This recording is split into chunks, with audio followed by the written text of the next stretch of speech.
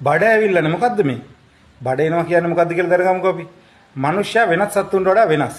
ඒ කියන්නේ ඉන්ධන විදිහට මේදේ හැමඩ යටින් තැම්පත් කරගෙන සම රේඩියේටරයක්සේ ක්‍රියා කරමින් සිසිලණය කරමින් ගොඩාක් දුර දුවන්න ඇවිදින්න හැදිච්ච සත්වෙක්. වෙන සත්තුන්ට මේක කරන්න බෑ. ওই ලෝම තියෙන සත්තුන්ට ගොඩාක් දුර දුවන්න බෑ.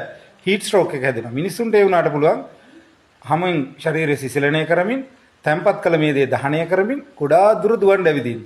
ඉතින් ගන්න කෑම මේදේ විදිහට ඇඟේ තැම්පත් වෙනවා. ඒ තැම්පත් වීම තමයි අපිව බඩාව කියලා හඳුන්වන්නේ. දැන් ඔය තැම්පත් වෙන මේදේ උදර කුහරය ඇතුලේ අවයව වටේට ඉන්ද්‍රීන් වටේට තැම්පත් වෙනවා. එතකොට ඒවට අපි කියනවා විසරල් ෆැට් කියලා. හැමට යටින් තැම්පත් වෙනවා. ඒ තමයි අපිට ඔය එළියෙන් පේන මේදේ ෆැට්. දැන් ඔය දෙක දහනය කරන්න නම් අපි පරිවෘත්තීය වේගය ඉහළ දා ගන්න ඕනේ. පරිවෘත්තීය වේගය අඩු වුණාම, ඒ කියන්නේ ශක්තිය ශරීරයේ විසින් දහනය කරන වේගය අඩු වුණාම මේ ගත්ත ආහාර තැම්පත් වෙන්න පටන් ගන්නවා ටිකක් වැඩිපුර වේගයෙන්. එතකොට තමයි බඩේම සිද්ධ වෙන්නේ. වයසට යනකොට කොහොමවත් පරිවෘත්තීය වේගය අඩු වෙනවා.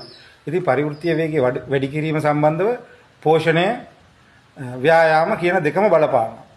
එතකොට පෝෂණය පැත්තෙන් ආහාර නිසි පරිදි නිවැරදිව ගන්න ඕනේ. ව්‍යායාම පැත්තෙන් ඔයා කරන්න ඕනේ කාඩියෝවැස්කියුලර් ව්‍යායාම. මම අර කිව්වේ මිනිස්සු හැදලා තියෙන ගොඩාක් දුර දුවන්න ඇවිදින්න කියලා. ඉතින් ඒවම තමයි කරන්න වෙන්නේ. ඊළඟට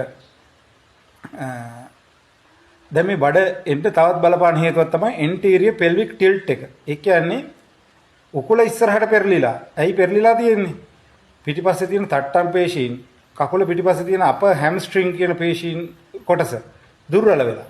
ඊළඟට යටිබඩේ පේශීනුත් දුර්වල වෙලා. මේ ටික ඔක්කොම වෙන්නේ ඉඳගෙන ඉන්නකොට. ගොඩාක් වෙලා ඉඳගෙන ඉන්නකොට අනිත් එක වයසත් එක්ක එන age related sarcopenia කියන තත්ත්වයක් මේකට බලපානවා. ඉතින් බඩ එනවා ටිකක් වයසට යනකොට එක තැන ඉඳගෙන ඉඳලා. ඒක හදාගන්න වෙනම ව්‍යායාම කරන්න ඕනේ. ඒවා බඩටම කරන ව්‍යායාම නෙමෙයි. anterior pelvic tilt එකක් හදාගන්නේ කොහොමද කියලා ඔයගොල්ලන් හොයලා බලුවොත් ඊට අදාළ ව්‍යායාම හොයාගන්න පුළුවන්. ඉතින් බඩ එනවා කියන්නේ බඩ අඩු කරන්න මොනවද කරන්න කියන එක දැන් මේ කතාවෙන් ඔයගොල්ලන්ට තේරෙන්න ඕනේ. බඩ අඩු කරන එකෙන් වැඩි හරියක් තියෙන්නේ කුස්සියේ. ඒ කියන්නේ ඔයාගේ ඩයට් එක මොනවද කන්නේ කියන එක.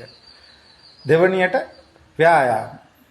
ඒ ව්‍යායාමත් බඩ කොර වෙනකන් ගහන බඩට ව්‍යායාම නෙමෙයි. ඉතින් ජනප්‍රිය වෙන්න ජිම් වල කට්ටිය ඉතින් බඩට කරන ව්‍යායාම අඳුන්වලා දෙනවා. මේව කරාම බඩ බහිනවා කියලා. ඇත්තම කතාව බඩටම කරන ව්‍යායාම වලින් නෙමෙයි බඩ බහින්නේ.